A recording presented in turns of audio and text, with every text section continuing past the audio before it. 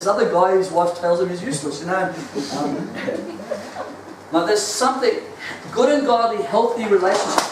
And if you are someone that suffers with rejection, and you're suffering with this, like your love tank is not full because of a broken relationship, the best way to get healed, do not isolate yourself. Do not withdraw into the cave. But go out and start to build a lot of good friendships where you can sit down with people, you can laugh with them, you can talk. And relationship is incredibly healing when it's a godly, pure relationship. And you can talk to people and they're listening to you and they're telling jokes. And you know, the worst thing with self-rejection is when people hide and go home alone. Then you're in the darkness and the depression increases.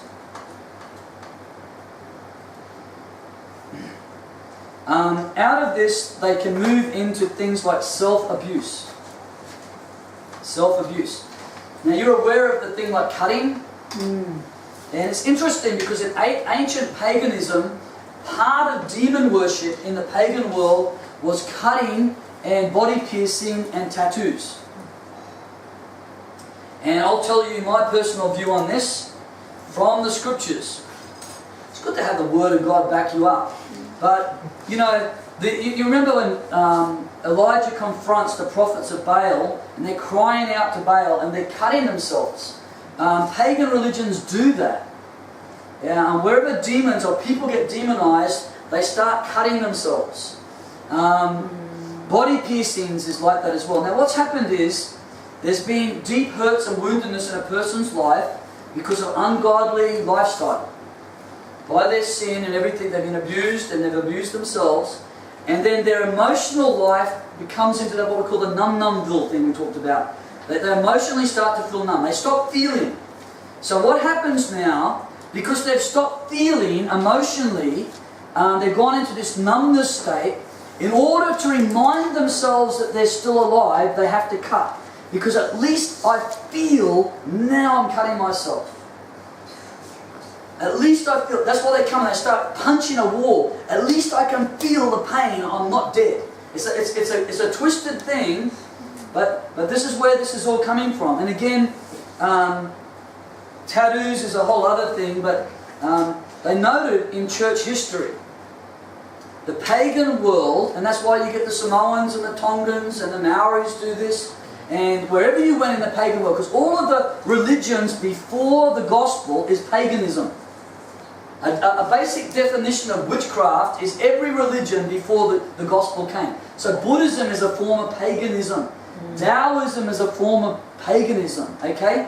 And in the pagan world, as part of their ancestor worship, they would tattoo themselves. Now, you sit down with a Maori, and you sit down with a Samoan or a Tongan that knows what they're talking about, and you ask them, what does this actually mean, this tattoo on your body? And it goes back to the worship of demonic deities and ancestors. Okay. And so what they noted, because the Bible tells us that we are not to mark our bodies or cut our bodies as the pagans do. So wherever Christianity went into the pagan world, and the pagan world then started to get Christianized, within 3 generations, the tradition of tattooing their body disappeared. Because there was just something known, this has to do with pagan worship.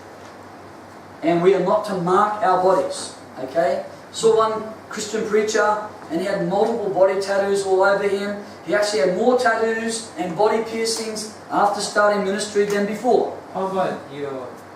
No, ear piercing is different. They're allowed to pierce their ears and nose. Except I think nose piercing is a bit gross, but anyway. That's my personal opinion, but the Bible says you can pierce your nose and you can pierce your ear. It's a sign of being a servant. Yeah. That's allowable piercing. Okay? But we're talking about when they start piercing belly buttons and nipples and like private parts becoming more and more common. Like, I don't know how you go to the toilet when you do your private part. But anyway, these things are happening right now, and it's increasing all over the Western world. Do you know why?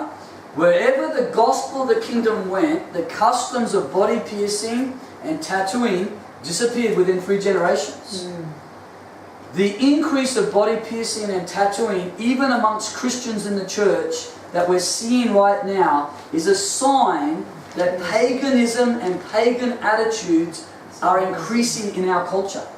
The acceptance through music and different things like that, a lot of the music and the message through the music is really paganism, a lot of the heavy rock and all these different things that are going on. But along with it is this issue of woundedness, where there's people that are cutting themselves and piercing themselves because they're wanting to, it's like the pain lets them know that they're alive. But what, anyway, I can go on to that, but I won't. So self-abuse, many different types of self-abuse. Overeating.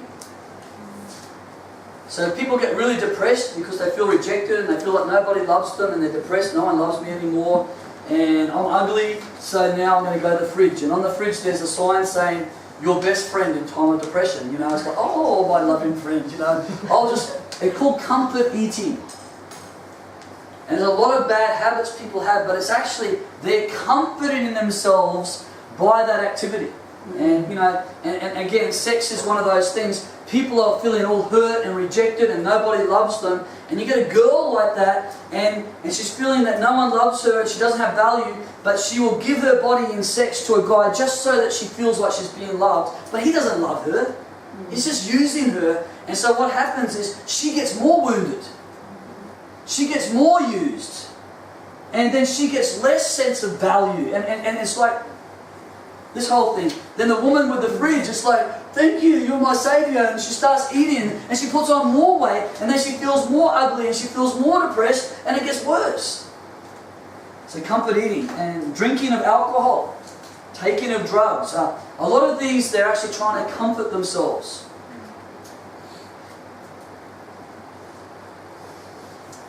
There's the issue of death wishes. Now, death wishes are either known or hidden. When death wishes start to fully manifest, it starts to manifest as regular suicidal thoughts, where you actually start contemplating. It starts off like, if I was dead, this wouldn't happen. I just wish I was dead right now. Life isn't worth living. And then I just take my life. I just wish I could commit suicide. And so it increases a death wish. Some of you have heard my testimony, my story. On the mission field there was this one lady, and she was an amazing missionary, just incredibly motivated, passionate, zealous, and very effective in mission in Tibet. She went out, and we were taking years to see anyone saved, and she was out there for 6 months and she got 2 people saved, and she was just so zealous and passionate, fruitful in ministry. And it's just, you look at this woman, it's just like unconquerable. Her personality is so strong and everything. And she did this for a number of years until she had a baby. Then after she had a baby, because we're in Tibet, they're all Asian, like you guys, dark hair, dark eyes, and Asian faces. And they're from Europe, and they're even worse than me. They've got blonde hair and blue eyes, like at least I've got dark hair. I used to have dark hair. And so they've got blonde hair and blue eyes, so they have a blonde hair, blue-eyed baby amongst all these Asian people, and then she starts freaking out on behalf of the baby.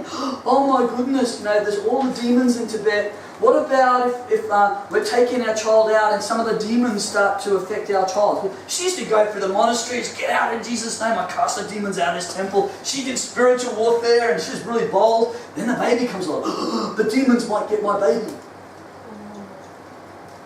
Oh my goodness. And then everyone's going to look down on my little boy, and as he's growing up in Tibet, he's going to have no friends and no one's going to love him. And see what happened is Satan starts attacking her through her weakness. And with that, then I started hearing, I've never heard her say fearful things in my whole life until then. Then she starts speaking out all this fear and this worry. Oh, what are we going to do in the future and all these things. It's all about the child. And then she starts talking about, oh, maybe I'm wasting my time in Tibet, and maybe I'm not going to be so fruitful. And Maybe I should go home. And she starts sharing like that, and increased until one day she started saying, I don't know what it is, but my hands and my feet are all getting tingly. And it's like, wake up in the morning and she says, in the morning I just can't get up. I feel really groggy in the morning. And then it got worse, even more and more she couldn't get up in the morning. And then it's like my feet, my hands feel like lead in the morning. And now my arms are getting all tingly and they're feeling like lead. And then she really couldn't get out of bed. She's feeling sick. She got taken to the doctor, and it got so bad she had to get wheeled. So they had to evacuate her from Tibet. She got wheeled in a wheelchair to the airplane because she couldn't walk anymore. And she's just like this. And they put her on the airplane, flew her back to Holland. And the doctors looked at her in Holland and said, there's nothing wrong with you, your body's perfectly fine. And she now was in bed, she couldn't get up, she got to go around in a wheelchair, and she's like this, you know. Oh no, your body's perfectly fine. And they did test after test, couldn't work out what's going on. Then a prophet of the Lord heard about her situation, and he came into the hospital. And he came up to her bed, and he rebuked her. And he said, you've given in to a death wish.